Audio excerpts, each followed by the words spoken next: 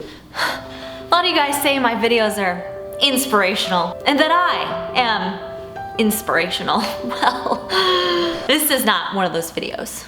Hey guys, it's Kristy. Thanks so much for sticking with me here on my poker YouTube channel. Today I want to talk about a tournament I just played and actually talk a few hands, a little bit of strategy, a little bit of...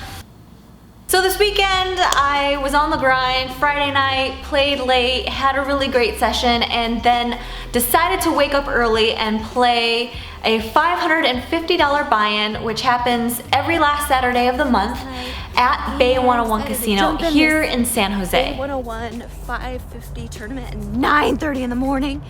Sorry, that's my early face. So I sat down and you start with 15,000 in chips. The blinds start at 51, then go to 1-2.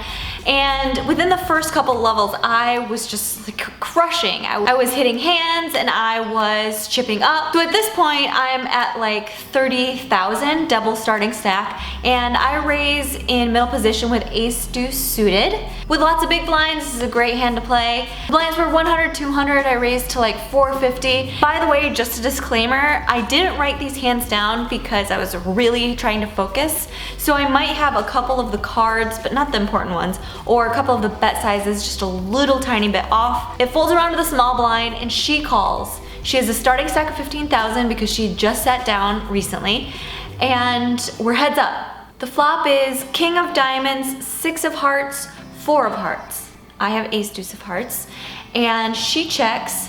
Now because she's a new player, I don't really know a whole lot about her small blind calling range, but generally I would assume there's some broadways, some middling cards, some small pairs, middle pairs, and I decided to bet 2/3 pot, thinking that well, obviously I have really good equity and I can barrel many turns, especially high cards. So I bet 700 and she calls pretty quickly. She like doesn't even think about raising. So I can take like the top hands out of her range. Usually people at least think about raising with like, you know, 4s or 6s. The turn is the 10 of hearts. And now I'm thinking, okay, if she has a flush, I really want to bet big so I can get some value. And if she's got a king, she's not likely gonna fold the turn still. So on the turn I bet 2,100 and she calls quickly again. And then the river was a total blank. I think it was like a deuce, an offsuit deuce or something. And she leads now for 5,000, totally committing herself. And so I just shove, and it's really tough when she bets that big to fold, but what am I really shoving with? I'm not really gonna be bluffing here. Anyway, she calls for her stack and I stack. And a few hands later, this dude next to me, he plays a hand, he like check folds or something, and he's talking to the guy to his right, and he just goes, "Man, I'm playing so scared. Must have worn my skirt today."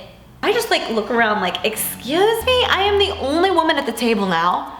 I have like 3 or 4 times more chips than everybody here. So I looked at him in his face and I said, bitch. But you said bitch though. You said bitch. Actually, I said something more like, I kind of like panicked and I like totally derped and was like, I wear skirts and I have a lot of chips. But he got the point. So the tournament goes on and I got moved to another table, and then this hand comes up. I have around 60,000 at this point and I raise under the gun. The blinds are 1,000, 2,000, and I raise to 4,500, and only the big blind calls. And I can already tell from the few hands I've seen at this table, he is pretty loose. He's got a ton of chips, and he's thinking, like he's just like not afraid. That's the one thing I do know about this gentleman. So the flop comes king of diamonds, 10 of diamonds, 4 of spades. So I have like a backdoor flush draw and a gutter ball. He checks. I bet small. I bet like 5,000. He like snap calls. And again, it's the thing when people just snap call, they don't think about raising. More often than not, it's that they're on a draw. They just like are really excited, and just something about it, they just like want to throw the chip in to like kind of be like strength, but it's not really if you've seen it a million times. Hope, you know, because like when you have a draw, you hope the person checks the turn so you can see another card. So anyway, so he calls pretty quickly. And then the turn is a total blank. It's like a deuce X or whatever, like deuce of clubs.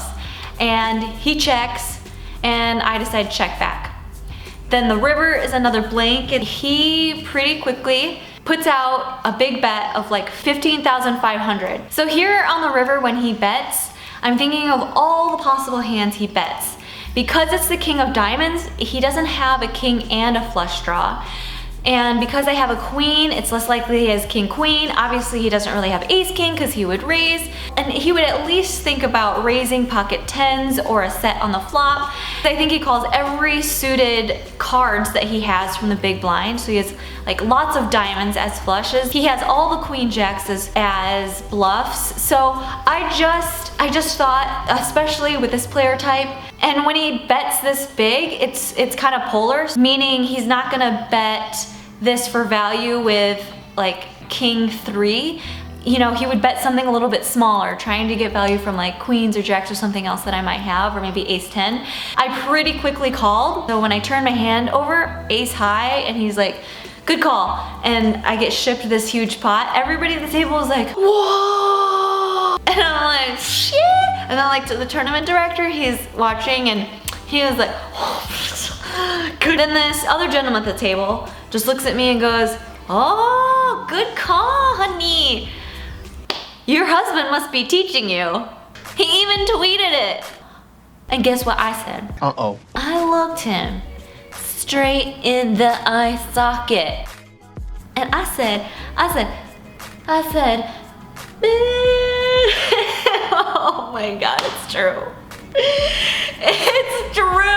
Andrew taught me everything I know about poker.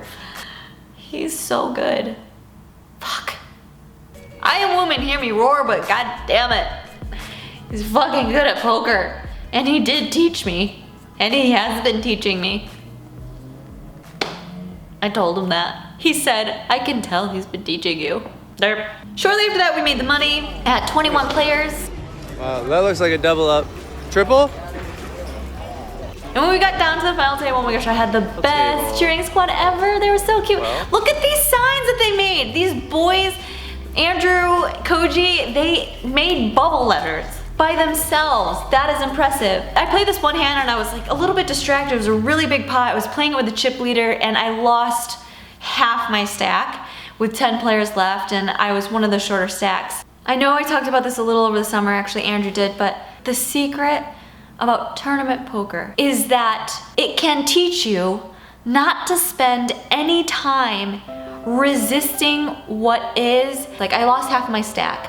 The more energy I spent being mad at myself, being angry at the other player, wishing certain cards wouldn't have come, the more I do that, the less optimal it is for my future. So if you want to be successful in poker tournaments, you are forced to be able to take whatever is happening, accept it, and make the best decisions you can from there. Forgive yourself, every other thing, and actually be there to make the best decision you can, because only in that single moment, every single moment, here and here and here, that is what creates your future and determines whether you will win or not in the long run. It's how you handle those things. Oh my God, I did it again. I just got inspirational. I said it wasn't gonna be that kind of video, but it's just who I am, I guess. Anyway, so we got down to 9 players and I raised in the cutoff with like 17 or 18 bigs. The blinds were 6,000, 12,000, I made it 27,000, and I had 200,000, and I had ace 8 of diamonds, and the big blind was the same big blind who tried to bluff me and I called with ace high. He shoves for my stack. And you guys, I've studied tournaments before the World Series. I got real serious on Razor Edge, which in my opinion is by far the best poker tournament training available. And I couldn't remember, I was like, 16 bigs, is this a cut off to big blind? Is this a call for a reshove? And I was like, I know it's close, but I can't remember. And then I was like, okay, well if it's close, this opponent, he's probably gonna be shoving with lots more hands than the normal regular player. So you know what? Blinds are about to go up. Let's gamble. I called, and he had pocket threes, and I won.